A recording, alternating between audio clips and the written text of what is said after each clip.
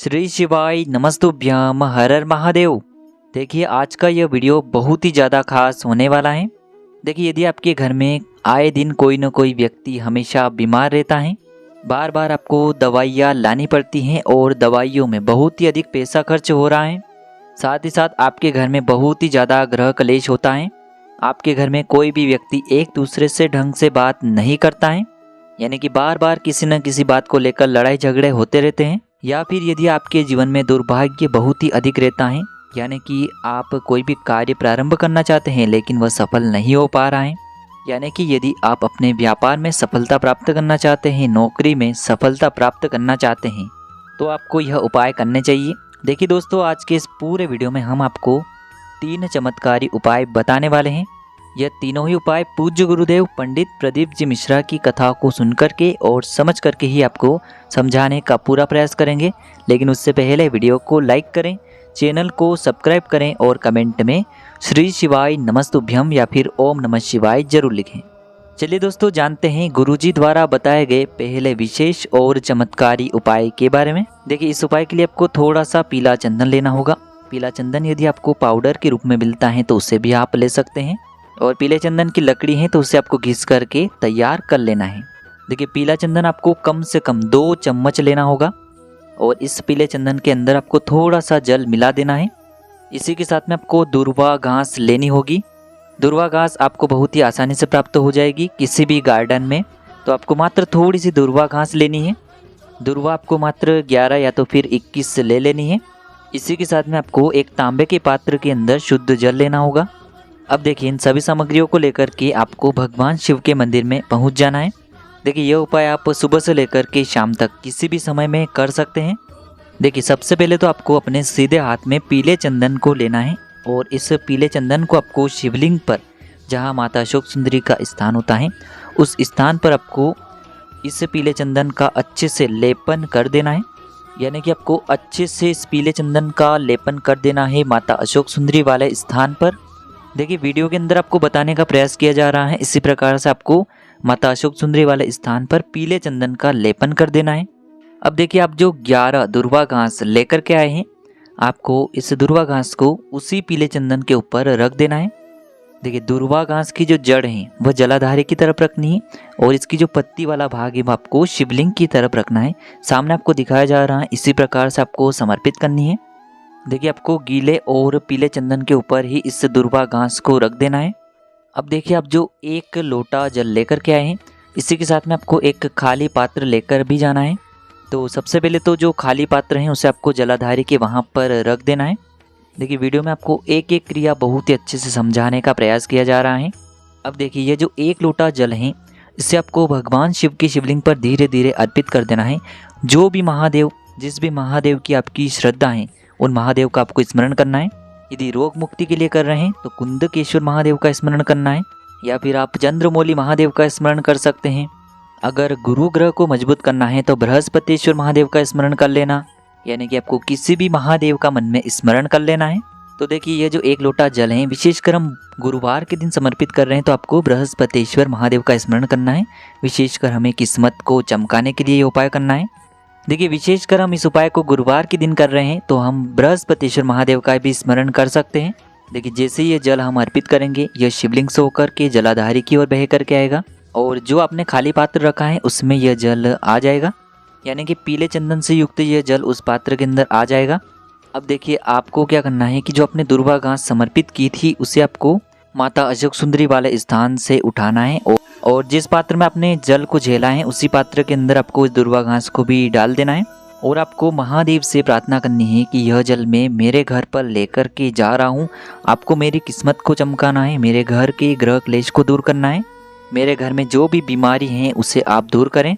तो इस प्रकार से आपको ये जल अपने घर लेकर के आ जाना है। अब इस दुर्वा घास से आपको इस जल का अपने पूरे घर में छिड़काव करना है, केवल वॉशरूम को छोड़ देना है। साथ ही साथ जो व्यक्ति बीमार रहता है उसके ऊपर भी आप इसका छिड़काव कर सकते हैं।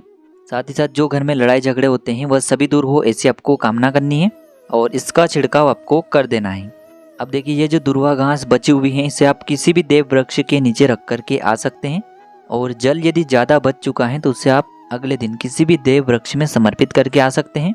तो इस प्रकार से आपको यह पहला उपाय कर लेना है। अब हम जानते हैं दूसरे उपाय के बारे में। देखिए, इस उपाय के लिए सबसे पहले तो आपको मात्र थोड़ा सा शहद लेना होगा। आपको मात्र आधा चम्मच या फिर उससे भी कम शहद ले लेना है। फिर इसी के साथ में आपको 1 लोटा शुद्ध जल ले लेना है तांबे के पात्र के अंदर।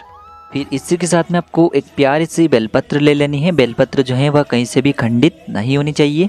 यदि आपको बेलपत्र नहीं मिल पाती है तो आप भगवान शिव के शिवलिंग पर चढ़ी हुई बेलपत्र को पुनः शुद्ध जल से धोकर के उपयोग कर सकते हैं। अब यह सभी सामग्री लेकर के आपको भगवान शिव के मंदिर में पहुंच जाना है। पूज्य गुरु जी ने बताया है कि इस उपाय को आप गुरुवार के दिन सुबह से लेकर के शाम तक किसी भी समय में कर सकते हैं।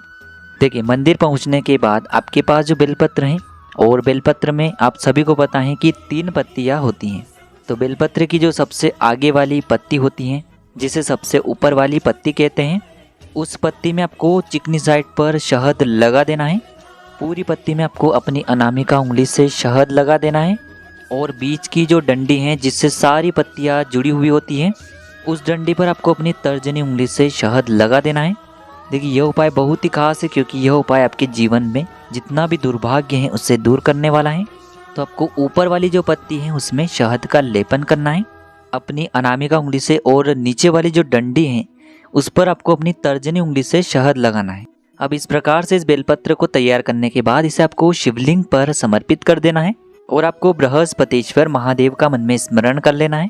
स्मरण करते हुए आपको प्रार्थना करनी है कि हमारे जीवन में जो भी कार्य असफल हो रहे हैं उनमें हमें सफलता प्राप्त हो। हमारे जीवन में ओज तेज की वृद्धि हो, आलस्य का जीवन से समापन हो।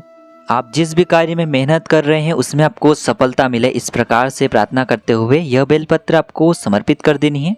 अब दोस्तों, अंत में जो आपके पास 1 लोटा शुद्ध जल है तांबे के पात्र के अंदर, उसे भी आपको धीरे धीरे श्री शिवाय नमस्तुभ्यम इस मंत्र का जाप करते हुए शिवलिंग पर अर्पित कर देना है। देखिए, जैसे ये जल शिवलिंग से होकर के जलाधारी की ओर बह करके आएगा तो इसे आपको अपने सीधे हाथ में ले लेना है और इसका छिड़काव आपको अपने शरीर पर कर लेना है। पूज्य गुरु जी ने कहा है कि जो भी व्यक्ति इस उपाय को गुरुवार के दिन करता है उसके सारे संकट बृहस्पतिश्वर महादेव की कृपा से समाप्त हो जाते हैं। अब दोस्तों, हम जान लेते हैं तीसरे विशेष उपाय के बारे में। देखिए, इस उपाय के लिए भी आपको 1 लोटा शुद्ध जल लेना है और इसी के साथ में आपको थोड़ी सी काली मिर्च ले लेनी है। देखिए, आपने जो काली मिर्च के दाने लिए हैं उन्हें आपको अच्छे से अपने घर पर पीस लेना है, यानी कि इनका पाउडर तैयार कर लेना है। अब देखिए, आपने जो ये काली मिर्च का पाउडर तैयार किया है इसे आपको उसी पात्र के अंदर डाल देना है। अब देखिए, इस 1 लोटे जल को सीधे लेकर के आपको पहुंचना है बेलपत्र के वृक्ष के वहां पर। देखिए, पूज्य गुरु जी अपनी प्रत्येक कथा में कहते हैं कि बेलपत्र का वृक्ष माता पार्वती के अश्रुओं से उत्पन्न हुआ है, और यदि इस वृक्ष के नीचे हम कोई भी उपाय करते हैं तो इससे भगवान शिव हमसे बहुत ही शीघ्रता से प्रसन्न होते हैं और हमारी सारी मनोकामनाएं बहुत ही जल्द परिपूर्ण करते हैं। अब देखिए, आपके पास जो 1 लोटा जल है उसमें से आधा लोटा जल आपको बेलपत्र के वृक्ष के नीचे धीरे धीरे समर्पित कर देना है और लगातार आपको माता पार्वती का स्मरण करते जाना है। उनका स्मरण करते हुए आपके जीवन में जो भी संकट चल रहे हैं, जो भी समस्याएं चल रही हैं, जो भी जीवन में कठिनाइयां चल रही हैं, उनको दूर करने के लिए आपको माता रानी से प्रार्थना कर लेनी है और धीरे धीरे आपको आधा लोटा जल वहीं पर समर्पित कर देना है। अब देखिए, जो आधा लोटा जल और बचा हुआ है उसे आपको भगवान शिव के मंदिर में लेकर के पहुंच जाना है, यानी कि आपके घर के आसपास जो भी शिवलिंग है वहां पर इस पात्र को लेकर के पहुंच जाना है और बचा हुआ आधा लोटा जल आपको धीरे धीरे शिवलिंग पर अर्पित कर देना है और लगातार आपको शिव महापुराण के मूल मंत्र श्री शिवाय नमस्तुभ्यम इस मंत्र का जाप करते रहना है। पूज्य गुरु जी ने कहा है कि जल आपको बिल्कुल धीरे धीरे समर्पित करना है। गुरु जी ने कहा है कि यह शिव और शक्ति वाला उपाय है। इस उपाय से हमें भगवान शिव और माता पार्वती दोनों की ही कृपा प्राप्त होती है। देखिए, यह उपाय आपको सूर्यास्त से पहले ही करना होगा।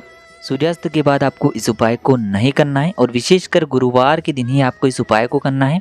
गुरुवार के दिन जो भी व्यक्ति इस उपाय को करता है उसके जीवन में धन धान्य की वृद्धि तो होती ही है, और अगर उसके गुप्त शत्रु भी हैं जो उसे नुकसान पहुंचाना चाह रहे हैं तो उनका भी क्षय होता है। तो दोस्तों, इस प्रकार से आज के इस वीडियो में हमने आपको गुरुवार के दिन किए जाने वाले 3 चमत्कारी उपाय बताए हैं। जो भी आपके लिए उचित हैं उसे आप कर सकते हैं।